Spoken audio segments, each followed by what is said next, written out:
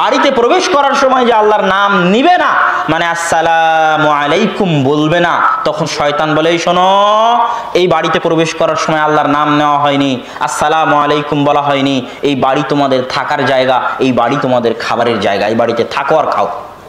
তাহলে যে বাড়ি শয়তানের আড্ডাখানা, ওই বাড়িতে থেকে আপনি হেদায়েত পেতে পারবেন? ওই বাড়িতে থেকে আপনি বরকত লাভ করতে পারবেন? আপনার বাড়ি তো শয়তানের আড্ডাখানা। না বিসমিল্লাহ বলে আপনার স্ত্রী সন্তানকে দুধ খাইয়েছে, না আপনি খাবার খেয়েছেন, না সালাম দিয়ে প্রবেশ করেছেন। বাড়িতে আরো এক কারণে শয়তান আছে, আরো একটা কারণ, সেটা হচ্ছে বাড়িতে ছবি মূর্তি আছে। লা তাদখুলুল মালাইকাতু ফি বাইতিন, ওই বাড়িতে ফেরেশতা প্রবেশ করে না যেই বাড়িতে ছবি থাকে, মূর্তি থাকে, কুকুর থাকে। আর যে বাড়িতে আল্লাহর ফেরেশতা প্রবেশ করে না, ওই বাড়িতে রহমত বরকত থাকতে পারে না। ওই বাড়িতে শয়তানই থাকবে। আর যে বাড়িতে শয়তান থাকবে, ওই বাড়িতে শান্তি থাকবে না। ওই বাড়ির মানুষ হেদায়েত পেতে পারে না। ওই বাড়ির মানুষ ফজরের সালাত জামাতে আদায় করতে পারে না। ওই বাড়ির মানুষের কোরআন পড়ার ভাগ্য হবে না। ওই বাড়ির মানুষের 16 আনাই জীবন বৃথা। আগে শয়তানকে বাড়ি থেকে তাড়াতে হবে। শয়তান তো সকল অনিষ্টের মূল। ওই যে পৃথিবী সৃষ্টির ঘটনা শোনাচ্ছিল আব্দুর রহমান আদম আলাইহিস সালামের ঘটনা, যে আল্লাহ ইবলিসকে শত্রু বানিয়ে দিলেন, চিরন্তন শত্রু। এটা গেমের মতো, খেলার মতো। যখন মানুষ, যুবক ছেলেপেলে যখন গেমের মধ্যে ঢুকে, তখন ভিলেন থাকে। ভিলেন না থাকলে গেম খেলে তো মজা নাই। আল্লাহ সুবহানাহু ওয়া তাআলা আপনাকে পৃথিবীতে পাঠিয়েছেন আবাসান, এমনি নয়। একটা ছোট বাচ্চা মূর্তি তৈরি করলো, একটা নদীর পাশে একটা বালুক দিয়ে ঘর তৈরি করলো আর পা দিয়ে ভেঙে দিল, এরকম অনর্থক সৃষ্টি আল্লাহ করেন না। আজকে এখানে এত বড় একটা অনুষ্ঠান হচ্ছে, এই অনুষ্ঠানের গুরুত্ব আছে। গুরুত্ব আছে দেখে রাজশাহী থেকে আমাদেরকে আসা লেগেছে 7 ঘন্টার সফর করে। গুরুত্ব আছে দেখে চেয়ারম্যান সাহেব উপস্থিত আছেন। গুরুত্ব আছে দেখে আপনারা উপস্থিত আছেন। টাইম টেবিল আছে, নিয়ম কানুন আছে, ক্যামেরা আছে, সবকিছু আছে। আপনি একটা প্রোগ্রাম করেন, এত গুরুত্ব। আর আল্লাহ মানুষ সৃষ্টি করবে, কোনো গুরুত্ব নাই, কোনো নিয়ম কানুন নাই, কোনো আনুষ্ঠানিকতা নাই, কোনো সিস্টেম নাই। আল্লাহ সুবহানাহু ওয়া তাআলা মানুষ সৃষ্টি করেছেন সবচেয়ে গুরুত্ব দিয়ে, এবং প্রত্যেকটা পদে পদে আল্লাহ আনুষ্ঠানিকতা রেখেছেন। কখন মায়ের পেটে আসবে, 440 হলে রূহ ফু দিতে হবে, ফেরেশতা আসবে, ভাগ্য লিপিবদ্ধ করতে হবে, কখন পেট থেকে বের হবে, কিভাবে খাবারের ব্যবস্থা করতে হবে, মায়ের বুক থেকে দুধের ঝর্ণাধারা দিতে হবে, কিভাবে আর হিসাব কানুন চালু করতে হবে। আমি একটা যদি এক জায়গায় রিভলভার হাতে করে গুলি করি, তো আমার ফরেনসিক রিপোর্টে ধরা পড়বে যে আমার হাতের ফিঙ্গারপ্রিন্ট ছিল। আল্লাহ সুবহানাহু ওয়া তাআলা কিয়ামতের মাঠে হাতকে বলবেন কথা বলো, মানে যা যা স্পর্শ করেছে হাত ধরে রেখেছে। মানুষ যদি হাতের ফিঙ্গারপ্রিন্ট ধরতে পারে, আল্লাহ পারবেন না? মানুষ যদি ফরেনসিক রিপোর্ট করতে পারে হাতের, আল্লাহ পারবেন না? মানে এই হাত দিয়ে যা যা স্পর্শ করা হয়েছে এখানে কি আছে? রেকর্ডেড। এই হাতের মধ্যে কি আছে? রেকর্ডেড আছে। এটা মানুষ ধরতে পারতেছে, সেটা আল্লাহ সুবহানাহু ওয়া তাআলা কিয়ামতের মাঠে মুখ বন্ধ করে দিয়ে, নাখতিমু আলা আফওয়াহিম, মুখ বন্ধ করে দিয়ে হাত আর পাকে কথা বলতে বলবেন। এগুলো আল্লাহর সিস্টেম, আপনাকে অপরাধী প্রমাণ করার। ফামান ইয়ামাল মিসকালা যাররাতিন খায়রান ইয়ারা, কেউ যদি সরিষা সমপরিমাণ কল্যাণ করে কিয়ামতের মাঠে দেখতে পাবে। পড়া পরের কথা, জানা পরের কথা, দেখবে। তথা আল্লাহ সুবহানাহু ওয়া তাআলা আপনি যা করছেন সবকিছু আল্লাহ সুবহানাহু ওয়া তাআলা পর্যবেক্ষণ করছেন। আর এই জমিন ভয়ঙ্কর যন্ত্র। জমিন হচ্ছে সবচেয়ে ভয়ঙ্কর যন্ত্র। আপনি মনে করছেন জমিন এমনি? আপনি জমিনে একটা ধান লাগান, দেখবেন ধানের গাছ হবে, হবে না? তাহলে জমিন এমনি না? জমিনের কিছু আছে? আছে, নাহলে ধানের গাছ কেমনে হয়? ওখানে একটা বীজ বপন করলে গাছ কেমনে হচ্ছে, মানে জমিনের কিছু আছে। এই জমিন ভয়ঙ্কর। যে জমিন গাছ উৎপন্ন করতে পারে, সেই জমিন সবকিছু রেকর্ড করে রাখছে, কিয়ামতের মাঠে কথা বলবে। আল্লাহ সুবহানাহু ওয়া তাআলা সূরা জিলজালের মধ্যে বলেছেন, ইয়াউমাইদিন তুহাদ্দিসু আখবারাহা বিআন্না রাব্বাকা আওহা লাহা, আজ কিয়ামতের মাঠে জমিন কথা বলবে। সবচেয়ে ভয়ঙ্কর যন্ত্র, যা যা পৃথিবীতে করছে সব রেকর্ডেড। সুতরাং আল্লাহ আপনাকে এমনি সৃষ্টি করেননি, অনর্থক সৃষ্টি করেননি। আপনার সবকিছুই আল্লাহ সুবহানাহু ওয়া তাআলা পর্যবেক্ষণের ব্যবস্থা করেছেন। আপনার সাথে 2 জন ফেরেশতা দিয়েছেন। আপনার সাথে একজন বন্ধু ফেরেশতা আর একজন বন্ধু শয়তান, কারিনান। একটা মানুষ জন্মের পর থেকে 2 জন সাথে থাকে সব সময়। আর শয়তানের সাথে মানুষের সম্পর্ক জন্মগত সম্পর্ক। শয়তানের সাথে মানুষের সম্পর্ক কি? জন্মগত। রাসূল সাল্লাল্লাহু আলাইহি ওয়াসাল্লাম হাদিসে বলছে, যখন বাচ্চা জন্ম নেয় তখন বাচ্চা যে কাঁদে, হাত্তা ইয়াস্তাহিল্লা সারিখান, কেঁদে ওঠে, চিৎকার করে ওঠে, মা মিন মাউলুদিন, এমন কোন আদম সন্তান নেই, ইল্লা ইয়ামাসসুহু শাইতান, যাকে শয়তান স্পর্শ করেনি, গুতা দেয়নি, আঘাত করেনি, এমন কোন আদম সন্তান নেই। শয়তানের আঘাতের কারণে আদম সন্তান কেঁদে ওঠে, ইল্লা মারিয়াম ওয়া ইবনুহু ঈসা, তবে মারিয়াম এবং তার সন্তান ঈসা বাদে, তাদেরকে শয়তান স্পর্শ করেনি। বাকি সকল আদম সন্তানকে জন্মের পর শয়তান স্পর্শ করেছে, শয়তানের স্পর্শে মানুষ কেঁদেছে। তাহলে শয়তানের সাথে মানুষের সম্পর্ক কি? জন্মগত। শয়তান বাস্তব জিনিস। রাসূল সাল্লাল্লাহু আলাইহি ওয়াসাল্লাম বলছেন, এমন কোন আদম সন্তান নেই যার 2টা বন্ধু নাই। একটা শয়তান বন্ধু আর একটা ফেরেশতা বন্ধু। এবং শয়তান এত ভয়ঙ্কর যে আপনার হৃদয়ের উপর প্রভাব বিস্তার করার ক্ষমতা আল্লাহ সুবহানাহু ওয়া তাআলা একমাত্র শয়তানকেই দিয়েছেন। আপনার স্ত্রীরও এই ক্ষমতা নাই যে আপনার হৃদয়ের উপর প্রভাব বিস্তার করবে। আপনার সন্তান সন্ততিরও এই ক্ষমতা নাই যে আপনার হৃদয়ের উপর প্রভাব বিস্তার করবে। যেই ক্ষমতা আল্লাহ শয়তানকে দিয়েছেন, আপনার হৃদয়ের প্রভাব বিস্তার করবে, আপনাকে খারাপ পথে নিয়ে যাবে, আপনার অন্তরে খারাপ কথা দিবে, আপনি আপনার শত্রুকে চিনতে পারেননি, এই জন্য আপনি ভুল পথে আছেন। শয়তান হচ্ছে আপনার সবচেয়ে বড় শত্রু। রাসূল সাল্লাল্লাহু আলাইহি ওয়াসাল্লাম এবং সিরাতে মুস্তাকিমে আসার পথে সবচেয়ে বড় বাধা হচ্ছে শয়তান। আল্লাহ সুবহানাহু ওয়া তাআলা পবিত্র কোরআন মাজিদে ফাবিমা আগওয়াইতানি লাআকুদান্নাহুম সিরাতাকাল মুস্তাকিম, আমি আদম সন্তানকে সিরাতে মুস্তাকিমে আসতে বাধা দিব, তার ডানে থেকে, তার বামে থেকে, তার সামনে থেকে, তার পিছনে থেকে আদম সন্তানকে সিরাতে মুস্তাকিমে আসতে দিব না। সিরাতে মুস্তাকিমে আসা এত সহজ নয়। যে সিরাতে মুস্তাকিমের কথা আল্লাহ 5 ওয়াক্ত সালাতে বলতে বলেছেন, ওই সিরাতে মুস্তাকিম অনেক দামি জিনিস, অনেক গুরুত্বপূর্ণ জিনিস। ওই সিরাতে মুস্তাকিমে একমাত্র তারাই আসতে পারে আল্লাযীনা আন'আমতা আলাইহিম, যাদের উপর আল্লাহর দয়া আছে। সিরাতে মুস্তাকিমে একমাত্র কারা আসতে পারে? যাদের উপর আল্লাহর দয়া আছে। আর সিরাতে মুস্তাকিমে আসার ভাগ্য তাদের হবে না গায়রিল মাগদুবি আলাইহিম ওয়ালাদ-দাল্লিন, যারা অভিশপ্ত, যারা পথভ্রষ্ট, তাদের সিরাতে মুস্তাকিমে আসার ভাগ্য হবে না। আপনি আল্লাহ আপনাকে ভালোবাসে না বাসেন না, এটা বুঝার উপায় আপনার ধন সম্পদ নয়, এটা বুঝার উপায় আপনার ক্ষমতা নয়, এটা বুঝার উপায় আপনার পাওয়ার নয়, এটা বুঝার উপায় আপনার সম্মান নয়, এটা বুঝার উপায় আপনার মর্যাদা নয়। ইন্নাল্লাহা ইউতিদ দুনিয়া লিমান ইউহিব ওয়া মান লা ইউহিব, আল্লাহ যাকে ভালোবাসেন তাকেও দুনিয়া দেন, যাকে ভালোবাসেন না তাকেও দুনিয়া দেন। আল্লাহ যাকে ভালোবাসেন তাকেও সম্মান দেন, যাকে ভালোবাসেন না তাকেও সম্মান দেন। আল্লাহ যাকে ভালোবাসেন তাকেও ক্ষমতা দেন, আল্লাহ যাকে ভালোবাসেন না তাকেও ক্ষমতা দেন। আল্লাহ ফেরাউনকেও ক্ষমতা দিয়েছিলেন, কারুনকেও সম্পদ দিয়েছিলেন, আল্লাহ দাউদ আর সুলাইমানকেও ক্ষমতা দিয়েছিলেন, সম্পদ দিয়েছিলেন। তাহলে আল্লাহর ভালোবাসা কি দিয়ে বুঝবেন? আল্লাহ সুবহানাহু ওয়া তাআলা তাকে ভালোবাসেন যাকে তার আনুগত্য করার সুযোগ দেন। আজকে ফজরের সালাত জামাতে আদায় করার আপনার সুযোগ হয়েছে কিনা আপনি নিজে জিজ্ঞেস করে দেখেন। যদি আপনার ফজরের সালাত জামাতে আদায় করার সুযোগ হয়, তাহলে আপনার উপর আল্লাহর দয়া আছে। আর যদি সুযোগ না হয়ে থাকে, তাহলে এটাই আপনার জন্য আল্লাহর পক্ষ থেকে সবচেয়ে বড় শাস্তি। আপনি যদি গান বাজনায় ব্যস্ত থাকেন, পাবজি ফ্রি ফায়ার গেমে ব্যস্ত থাকেন, সুদ ঘুষে ব্যস্ত থাকেন, আপনার মুখে যদি দাড়ি না থাকে, তাহলে জেনে রাখবেন এটাই আপনার জন্য বড় শাস্তি। আপনার ধন সম্পদ ধ্বংস হয়ে যেতে হবে, এটা শাস্তি। ওটা শাস্তি নয়, ওটা তো ধোঁকা আল্লাহর পক্ষ থেকে। আপনি জেলে যাবেন, এটা শাস্তি, ওটা তো শাস্তি নয়।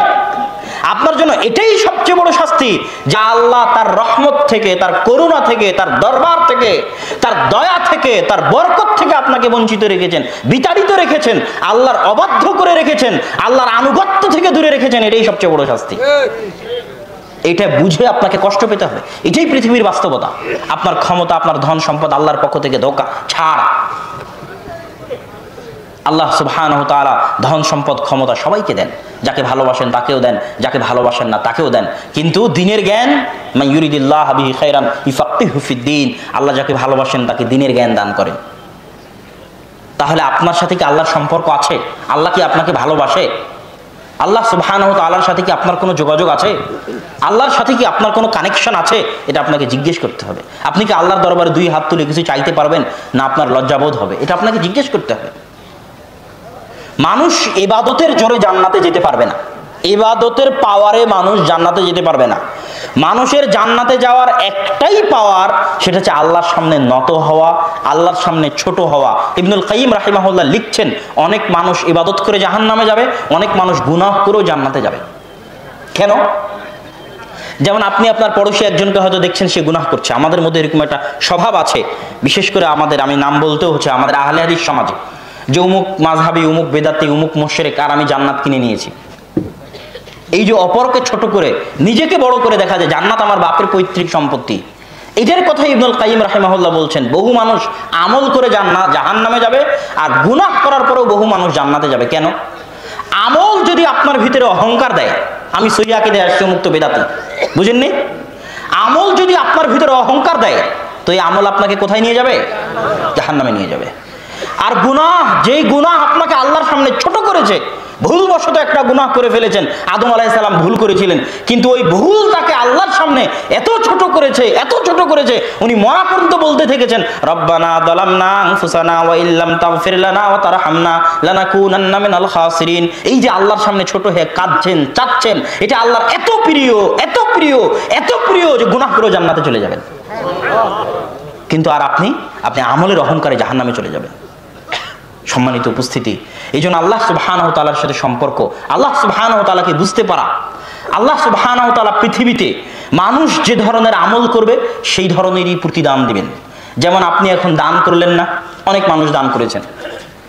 এই দান করা এত শক্তিশালী, এত পাওয়ারফুল ইবাদত যে দান যদি কাফেরও করে, একজন দুর্বল অসহায় মানুষকে যদি কাফেরও সহযোগিতা করে, আল্লাহ সুবহানাহু ওয়া তাআলার প্রতিদান ওকে দুনিয়াতে দিয়ে দিবেন। কি দিবেন? ও যেমন আরেকজনের বিপদ দূর করেছে, আল্লাহর বিপদ দূর করে দিবেন। আপনি মাদ্রাসার বিপদ দূর করলেন না দানটা করে? একটা মাদ্রাসার বিল্ডিং তৈরি করতে তো কষ্ট আছে, সমস্যা আছে, প্রবলেম আছে। আমরাও তো দেখতে পাচ্ছি আব্বুকে মাদ্রাসা গড়তে কত কষ্ট করে মাদ্রাসা তৈরি করতে হয়, গড়তে হয়।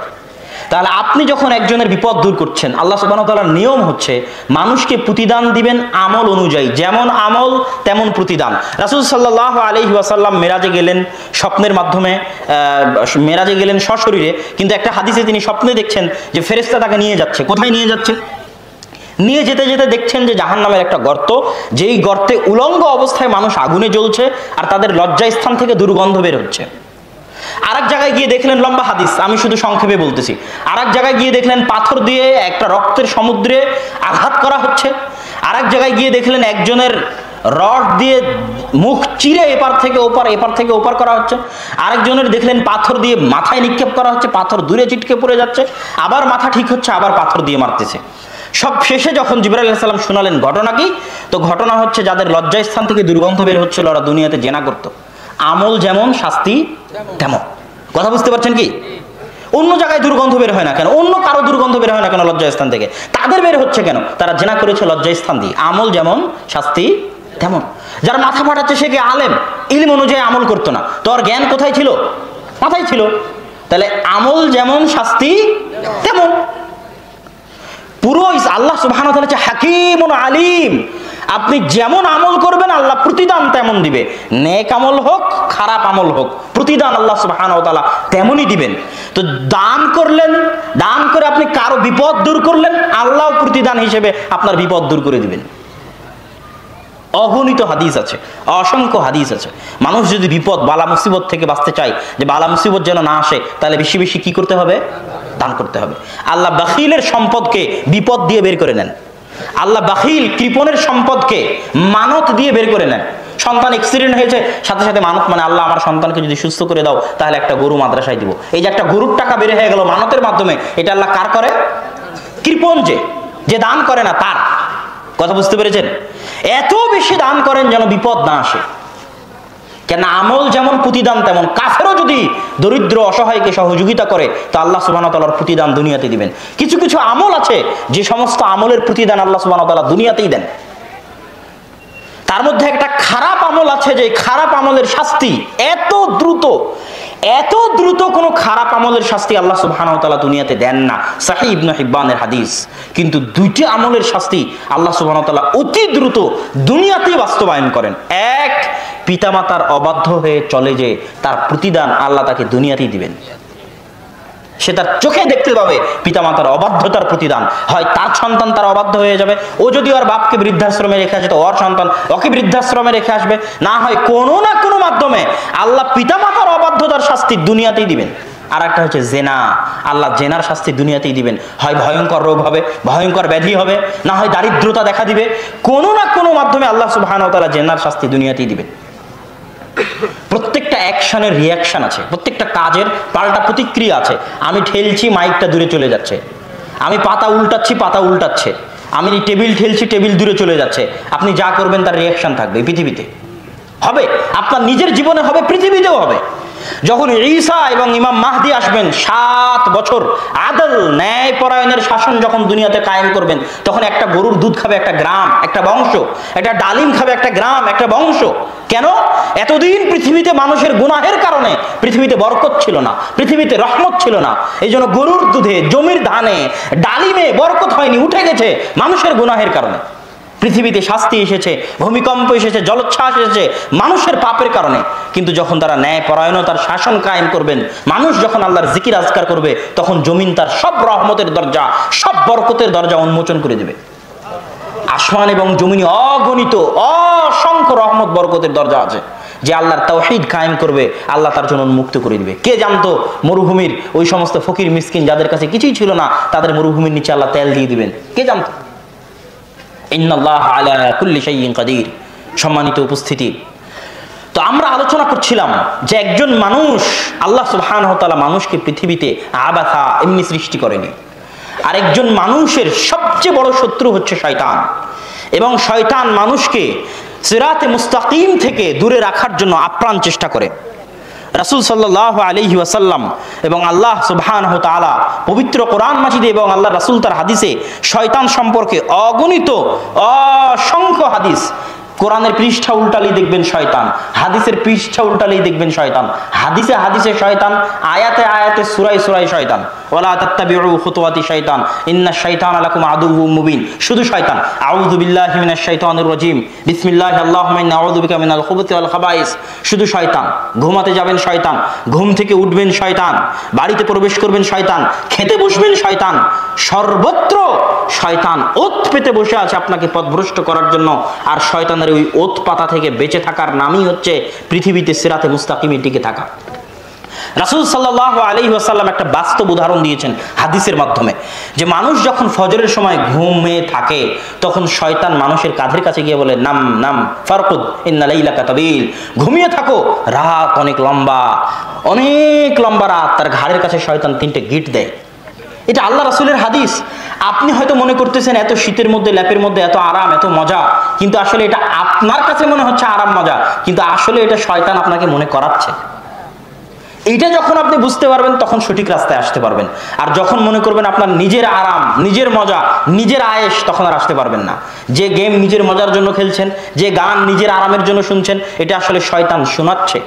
এই কান, এই চোখ, এই নাক, এগুলো প্রত্যেকটা হচ্ছে শয়তানের আক্রমণের রাস্তা। শয়তান মানুষের উপর আক্রমণ করে।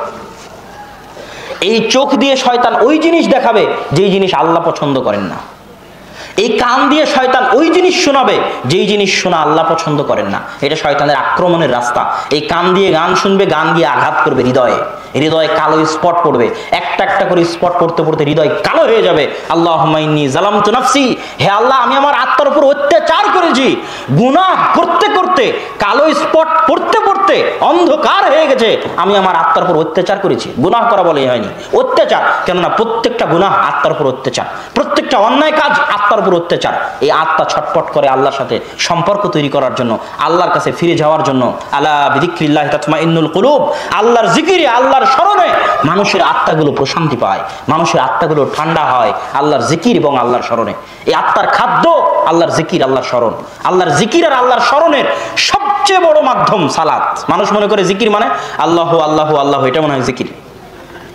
কোরআনের একটা আয়াত আছে, দেখবেন, আকিমিস সালাতা লিযিকরি। কোরআনের আয়াত। সালাত কায়েম করো কিসের জন্য বলেন তো? লিযিকরি, আমাকে স্মরণ করার জন্য। সালাত কায়েম করো আমার জিকিরের জন্য। মানে 5 ওয়াক্ত সালাত মানে 5 বার আল্লাহকে স্মরণ করা। 5 ওয়াক্ত সালাত মানে কি 5 বার আল্লাহকে স্মরণ করা। এবং আপনার প্রত্যেক আমলের নেকি আপনি পাবেন আপনার হৃদয়ের অনুভূতির উপর ভিত্তি করে। দেখেন, দুটো হাদিস আপনাদের জানা আছে। একটা হাদিসে আল্লাহ রাসূল সাল্লাল্লাহু আলাইহি ওয়াসাল্লাম বলছেন, কেউ যদি আরাফার সিয়াম রাখে তাহলে 1 বছর আগের 1 বছর পরের গুনাহ মাফ হয়ে যাবে। আর কেউ যদি আশুরার সিয়াম রাখে তো 1 বছর আগের গুনাহ মাফ হয়ে যাবে। এখন কেউ যদি প্রতি বছর আরাফা আর আশুরার সিয়াম রাখে, তো একবার আরাফার সিয়াম রাখে আগের বছর তো গুনাহ মাফ হয়েই আছে, তো পরের বার আবার আরাফার সিয়াম রাখে, আবার আগের বছরের গুনাহ কেমনে মাফ হয়? কথা মনে বুঝতে পারেন? কথা কি বুঝতে পেরেছেন প্রশ্ন? আবার বলি, একদিন আরাফার সিয়াম মানে 1 বছর আগের আর 1 বছর পরের গুনাহ কি হয়ে গেছে? মাফ হয়ে গেছে। তাহলে এই বছর আরাফার সিয়াম রেখেছি মানে আগামী 1 বছরের গুনাহ কি হয়ে আছে? মাফ হয়ে আছে। পরের বছর আবার যখন আরাফার সিয়াম রাখবো, তখন আবার আগের এক বছরের গুনাহ কিভাবে মাফ হবে? যে এক বছর অগ্রিম মাফ আগের এক বছরের সিয়ামের, আগের একদিনের সিয়ামের কারণে হয়ে আছে। কথা কি বুঝতে পারছেন? তখন ইবনুল কাইয়িম রাহিমাহুল্লাহ উত্তরে বলছেন যে মানুষ খালি হাদিস শুনলো আর আমল করলো, যে কেউ যদি দিনে 5 ওয়াক্ত সালাত আদায় করে তাহলে 5 ওয়াক্ত সালাতের মাঝে যা আছে সব ক্ষমা হয়ে যাবে। হাদিস আছে না? হাদিস সুন্দর হয়ে গেল। এই প্রত্যেকটা জিনিস নির্ভর করবে তার হৃদয়ের অনুভূতির উপর, তার ইখলাসের উপর, তার আন্তরিকতার উপর। রমজানের সিয়াম তো সবাই রাখে, তার মানে কি সবার পূর্বের সব গুনাহ মাফ হয়ে যায়? হ্যাঁ, কত সিয়াম আলা নিবেন, কত মেয়ে নিবেন সিয়াম রেখেছে পর্দা করে বের হয়নি, আছে না? কত সিয়াম আলা নিবেন টিভির সামনে বসে থেকে গান বাজনা শুনতেছে, কত সিয়াম আলা নিবেন ইফতারি করতেছে মদ দিয়ে, বিড়ি দিয়ে, সিগারেট দিয়ে, আছে না? আছে। তাহলে এই যে আপনি আমল করতেছেন, এই আমলের নেকি, এই আমলের ফজিলত আপনার হৃদয়ের অনুভূতির উপর নির্ভর করবে। আপনার জিকির, আকিমিস সালাত লিযিকরি, আমাকে স্মরণ করার জন্য সালাত আদায় করো। 5 ওয়াক্ত সালাতে আপনি কতক্ষণ, কতটুকু আল্লাহকে স্মরণ করতে পারতেছেন, এটার উপর নির্ভর করবে প্রতিদান, এটার উপর নির্ভর করবে আল্লাহ সুবহানাহু ওয়া তাআলার দয়া। তো মানুষের সবচেয়ে বড় দায়িত্ব, সবচেয়ে মহান দায়িত্ব আল্লাহর সাথে সম্পর্ক ছিন্ন না করা। মুসা, যাও ফেরাউনকে দাওয়াত দাও। ফেরাউন মহা অত্যাচারী, মহা অহংকারী, নরম ভাষায় ফেরাউনের সাথে কথা বলিও। আর শোনো, ওয়ালা তানিয়া ফি যিকরি, আমার সাথে সম্পর্ক ছিন্ন করিও না, জিকিরের মাধ্যমে আমাকে স্মরণ রাখিও। আমাকে কি করিও? স্মরণ রাখিও। তাহলে ওই মানুষের জীবনের কি মূল্য যার সাথে আল্লাহর সম্পর্ক নাই? যে 5 ওয়াক্ত সালাত আদায় করে না, ওর সাথে আল্লাহর কোনো সম্পর্ক নাই, কোনো কানেকশনই নাই, কোনো যোগাযোগই নাই। ও মুসলমান কিনা সন্দেহ আছে। 5 ওয়াক্ত সালাত আদায় প্রথম করি, প্রথম ইট, প্রথম ভিত্তি, যেটার দ্বারা আল্লাহর সাথে বান্দার সম্পর্ক রক্ষা হয়। আপনার পিতামাতা, আপনার ভাই বোন, বাপ মা, আত্মীয় স্বজন আপনাকে যতটা না ভালোবাসে, আপনার প্রতিপালক আল্লাহ আপনাকে তার চেয়ে বেশি ভালোবাসে। ফাযকুরুনি আযকুরুকুম, আপনি আফ্রিকার জঙ্গলে বসে যদি আল্লাহকে স্মরণ করেন, আটলান্টিক মহাসাগরের অতল গহ্বরে যদি আল্লাহকে স্মরণ করেন, আল্লাহ সাথে সাথে আপনাকে স্মরণ করবেন। এটা আল্লাহর ওয়াদা, এটা আল্লাহর ওয়াদা যে আল্লাহ আপনাকে সাথে সাথে স্মরণ করবেন। আল্লাহ সুবহানাহু ওয়া তাআলা কোরআনে বলছেন, যদি ইউনুস আমাকে স্মরণ না করতো, লা ইলাহা ইল্লা আনতা সুবহানাকা ইন্নী কুনতু মিনাজ জালিমিন, এটা যদি বারবার না পড়তো, লা লাবিসা ফীহি ইলা ইয়াউমি ইউবাসুন, তাহলে আমি ইউনুস আলাইহিস সালাতু ওয়াস সালামকে মাছের পেটে কিয়ামত পর্যন্ত রেখে দিতাম। এটা হচ্ছে আল্লাহর স্মরণের গুরুত্ব, আল্লাহর জিকিরের গুরুত্ব। বেশি বেশি আস্তাগফিরুল্লাহ, বেশি বেশি আলহামদুলিল্লাহ, বেশি বেশি আল্লাহু আকবার, এটার গুরুত্ব। এই জন্যই মানুষকে সৃষ্টি করা হয়েছে। ওমা খালাকতুল জিন্না ওয়াল ইনসা ইল্লা লিয়াবুদুন, ইবাদত নয়, দাসত্ব। ইবাদত বললে আপনি বুঝবেন যে সালাত সিয়াম করে দিলাম হয়ে গেল, যে আমি তোমাকে সৃষ্টি করেছি কিসের জন্য? আমার ইবাদতের জন্য। তাহলে আপনি বুঝবেন সালাত সিয়াম করলাম, ইবাদত শেষ। দাসত্ব, দাসত্ব মানে পার্মানেন্টলি ফুল টাইম 24 আওয়ার্স দাসত্ব, 24 ঘন্টা সকাল থেকে সন্ধ্যা পর্যন্ত 24 ঘন্টা দাসত্ব। আর আল্লাহর দাসত্ব এত মজার, এত মহান, এত ফজিলতপূর্ণ যে নিজেকে পরিপূর্ণরূপে আল্লাহর দাসত্বের সামনে সঁপে দিবে, সে পৃথিবীর সকল দাসত্ব থেকে মুক্ত হয়ে যাবে। আল্লাহু আকবার। যে সম্পূর্ণরূপে নিজেকে আল্লাহর দাসত্বের সামনে সঁপে দিবে, সে পৃথিবীর সকল দাসত্ব থেকে মুক্ত হয়ে যাবে। পৃথিবীর কেউ টাকার দাস, পৃথিবীর কেউ নারীর দাস, পৃথিবীর কেউ বইয়ের দাস, পৃথিবীর কেউ সন্তান সন্ততির দাস, পৃথিবীর কেউ আত্মীয় স্বজনের দাস, পৃথিবীর কেউ প্রধানমন্ত্রীর দাস, পৃথিবীর কেউ চেয়ারম্যান মেম্বারের দাস, পৃথিবীর কেউ টাকাওয়ালার দাস। প্রত্যেকটা মানুষ কোনো না কোনো স্তরে কারো না কারো দাসত্ব করছে। একমাত্র সেই দাসত্ব থেকে মুক্ত যে সম্পূর্ণরূপে আল্লাহর দাস, ওই সবচেয়ে বড় স্বাধীন। কিসের 1971 সালের আর 1947 সালের স্বাধীনতা? সবচেয়ে স্বাধীন, 100% স্বাধীন সে যে 100% আল্লাহর দাস, 100% আল্লাহর গোলাম। ইব্রাহিম যেমন, এই জন্য আমি বলেছি বহু বক্তব্যে, তাওহীদ যার ভিতরে আছে, ওই পারমাণবিক বম, ভয়ঙ্কর অস্ত্র, যে সম্পূর্ণরূপে 100% আল্লাহর গোলাম, ওকে পৃথিবীর কেউ থামাতে পারবে না। ও পারমাণবিক বমের চাইতে শক্তিশালী, অ্যাটম বমের চাইতে পাওয়ারফুল। কেন? ও হচ্ছে সবচেয়ে স্বাধীন, আর পৃথিবীর সবাই গোলাম। সবার পায়ে জিঞ্জির বাঁধা আছে, কোনো না কোনো কিছুর জিঞ্জির, চাকরির জিঞ্জির, বাপ মায়ের জিঞ্জির, সন্তান সন্ততির জিঞ্জির, বইয়ের জিঞ্জির, টাকার জিঞ্জির, ক্ষমতার জিঞ্জির, সবাই দাস, সবাই গোলাম। কেউ স্বাধীন নয়, একমাত্র স্বাধীন সেই যে ইব্রাহিমের মতো 100-তে 100 আল্লাহর গোলাম। এই জন্য আল্লাহর আব্দ, আল্লাহর বান্দা হওয়া এটাই সবচেয়ে মর্যাদা। এই জন্য আল্লাহ সুবহানাহু ওয়া তাআলা যখনই তার রাসূলকে ডেকেছেন তখন বান্দা বলে ডেকেছেন, আশহাদু আন্না মুহাম্মাদান আবদুহু ওয়া রাসূলুহু, যে মুহাম্মদ আমার বান্দা। কেন বান্দা হওয়ার মধ্যে মুহাম্মদ সাল্লাল্লাহু আলাইহি ওয়াসাল্লাম যখন আল্লাহর দাস হয়ে গেলেন তখন উনি পৃথিবীর সবচেয়ে শক্তিশালী রাজা, সবচেয়ে শক্তিশালী বাদশা। পৃথিবীর কিছুই তখন তার সামনে টিকতে পারবে না। কারো ক্ষমতা, কারো চোখ রাঙ্গানি, কোনো কিছুর ফিতনা, কোনো কিছুর বাধা, রিজিকের ভয়, রুজির ভয়। যে আল্লাহর বান্দা, আল্লাহ কি আল গানি? আল্লাহ কি? আল্লাহ কি গানি মানে কি বলেন তো? গানি মানে ধনী। যে এমপির ছেলে, ওর কি টাকার অভাবের ভয় আছে নাকি? হ্যাঁ, মুসা বিন শমসেরের যে ছেলে, ওর টাকার ভয় আছে নাকি? টাকার ভয় নাই তো। বসুন্ধরার মালিকের যে ছেলে, ওর টাকার ভয় আছে নাকি? আব্দুল্লাহ আল গানি, যে গানির বান্দা, গানির দাস, তার রিজিকের ভয় আছে নাকি? যে ধনীর বান্দা, ধনীর দাস, তার রুটির ভয় আছে নাকি? আল্লাহু আকবার। এই অনুভূতি যখন আসবে মানুষের মধ্যে, এই আবেগ যখন আসবে মানুষের মধ্যে, এই আবেগ নিয়ে, এই অনুভূতি নিয়ে, আল্লাহর বান্দা, আল্লাহর গোলাম হওয়ার আবেগ নিয়ে যখন মানুষ ইবাদত করবে, তখন সে ইবাদতের প্রতিফলন তার জীবনের 24 ঘন্টায় পাবে, পরকালও পাবে। আর এগুলোর ক্ষেত্রে সবচেয়ে বড় শত্রু, মানুষের সবচেয়ে বড় শত্রু হচ্ছে শয়তান। রাসূল সাল্লাল্লাহু আলাইহি ওয়াসাল্লাম শয়তানের আক্রমণ থেকে বাঁচার জন্য কিছু দিক নির্দেশনা দিয়েছেন। তার মধ্যে 1 নম্বর দিক নির্দেশনা, এখানে আরেকটা কথা বলি। একজন সালাফ বলতেছেন, যে আমার গীবত করে, আমি দেখেছি প্রত্যেক মানুষের শত্রু আছে। মানুষ মনে করে যে আমার গীবত করতেছে সে আমার শত্রু, যে আমাকে অপবাদ দিচ্ছে সে আমার শত্রু, যে আমার টাকা মেরে খেয়েছে সে আমার শত্রু, যে আমার জমি দখল করে নিয়েছে সে আমার শত্রু। ওই সালাফ বলছেন, ফামান ইগতাবানি লাইসা বিআদুবি, যে আমার গীবত করে সে আমার শত্রু নয়। মান আখাযা মিন্নি শাইআন, যে আমার ধন সম্পদ দখল করে নিয়েছে সে আমার শত্রু নয়। যে আমার জমি দখল করে নিয়েছে সে আমার শত্রু নয়, বরং আমার শত্রু সে যখন আমি আল্লাহর দাসত্বে থাকি তখন আমাকে আল্লাহর দাসত্ব থেকে ফিরাতে চায়, যে আল্লাহর দাসত্ব থেকে ফিরাতে চায় যে সে আমার শত্রু। আর এই শত্রুই হচ্ছে শয়তান। মানুষ যখন এই আসল শত্রুকে চিনতে পারবে, এই শয়তান মানুষের মধ্যেও আছে, এই শয়তান বাস্তবেও আছে। ফেরেশতা আর শয়তান কোনো কাল্পনিক জিনিস নয়। আল্লাহ পুরো পৃথিবীতে সঠিক সময়ে সূর্য উঠতেছে, সঠিক সময়ে রাত হচ্ছে, দিন হচ্ছে, শীত আসতেছে, সঠিক সময়ে বর্ষা হচ্ছে, কোথায় বৃষ্টি দেওয়া লাগবে, কোথায় মেঘ যাওয়া লাগবে, কোথায় কার জান কবজ করা লাগবে, কোথায় ভূমিকম্প, কোথায় অক্সিজেন, কোথায় করোনা ভাইরাস, কাকে আরোগ্য, কাকে অসুখ, সারা পৃথিবীর অগণিত কাজ এত সুচারুরূপের ম্যানেজমেন্টের মাধ্যমে, এর চাইতে দক্ষ ম্যানেজমেন্ট পৃথিবীতে আর নাই, কোনো কোম্পানির নাই। এত দক্ষ ম্যানেজমেন্টের মাধ্যমে সারা পৃথিবীর কাজ আল্লাহ পরিচালনা করছেন, সবগুলো ফেরেশতা দিয়ে। আল্লাহ জুনুদুল্লাহ, আল্লাহর বাহিনী হচ্ছে ফেরেশতা, আর এই ফেরেশতার বিপরীতই হচ্ছে শয়তান, সারাদিন লেগে আছে আপনাকে পথভ্রষ্ট করার জন্য। আর এই শয়তানের খপ্পর থেকে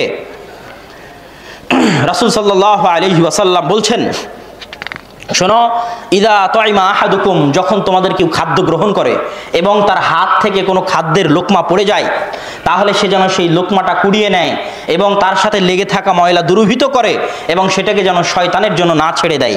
আর শোনো, যখন তোমাদের কেউ খাদ্য গ্রহণ করে তখন যেন প্লেট চেটে যেন খাদ্য গ্রহণ করে, কেননা কেউ জানে না কোন দানায় কোন খাবারে বরকত রয়েছে, সেটা যেন সে শয়তানের জন্য না ছাড়ে। আর শয়তান থেকে বাঁচার জন্য রাসূল সাল্লাল্লাহু আলাইহি ওয়াসাল্লাম সবচেয়ে বড় যে নির্দেশনা, যেটা আজকে আমি আমার আলোচনার শেষের দিকে এসে আপনাদের জন্য করে যেতে চাই, সেটা হচ্ছে রাসূল সাল্লাল্লাহু আলাইহি ওয়াসাল্লাম বলছেন, মা মিন ক্বরিয়াতিন, এমন কোনো গ্রাম নেই, এমন কোনো অঞ্চল বা এলাকা নেই যেই গ্রামে মাত্র 3 জন মানুষ বসবাস করে, মাত্র 3 জন। আর ওই 3 জন মানুষ সালাত কায়েম করে না জামাতের সাথে। 3 জন একটা বাড়িতে আছে, 3 জন একটা কোম্পানিতে আছে, একটা অফিসে আছে, 3-এর অধিক হলে তো কোনো কথাই নাই। অন্তত পক্ষে 3 জন কোনো মুসলমান এক জায়গায় আছে আর সেখানে জামাতের সালাত কায়েম করে না, ইস্তাহওয়াযা আলাইহিমুশ শাইতান, তাদের উপর শয়তান আক্রমণ করবে, তাদেরকে শয়তান ধরে ফেলবে, তাদেরকে শয়তান খেয়ে ফেলবে। শয়তান থেকে যদি বাঁচতে চাও, জামাতে সালাত কায়েম করো, মসজিদের সাথে সম্পৃক্ত থাকো, জামাতের সাথে সম্পৃক্ত থাকো। জেনে রাখো, শয়তান পালবিহীন ভেড়ার প্রতি আক্রমণ করে, যেমন একটা সিংহ, একটা বাঘ পালবিহীন ছাগলের প্রতি আক্রমণ করে, জামাতবিহীন মানুষের প্রতি শয়তান ঠিক সেভাবে আক্রমণ করে। এই জামাত 5 ওয়াক্ত সালাতের জামাত, মসজিদ ভিত্তিক জামাত। মসজিদের সাথে আপনার সম্পর্ক নাই মানে আপনি দিনের রাস্তায় টিকতে পারবেন না। আজকে প্রোগ্রামে আসছেন, পরের বছর আসবেন, তারপরের বছর আপনাকে পাওয়া যাবে না। কেন? আপনার সম্পর্ক মসজিদের সাথে নাই। মসজিদের সাথে সম্পর্কই হচ্ছে ইমানের উপর টিকে থাকা, দ্বীনের উপর টিকে থাকা, জামাতের সাথে থাকা, মসজিদের সাথে সম্পর্ক। এই মসজিদের সাথে সম্পর্ক হচ্ছে সবচেয়ে গুরুত্বপূর্ণ জিনিস। মসজিদ হচ্ছে মারকাজুল ইলম, মারকাজুদ দাওয়া, জ্ঞানের কেন্দ্র, দাওয়াতের কেন্দ্র। মসজিদ একটা সংগঠনের চাইতে শক্তিশালী, মসজিদ একটা দলের চাইতে শক্তিশালী। মসজিদের সাথে সম্পৃক্ত থাকার মাধ্যমে নিজের ঈমানকে মজবুত রাখতে হবে। যত বেশি মসজিদের সাথে সম্পৃক্ত থাকবেন, শয়তানের প্ররোচনা, শয়তানের খপ্পর থেকে তত বেশি মুক্ত থাকতে পারবেন।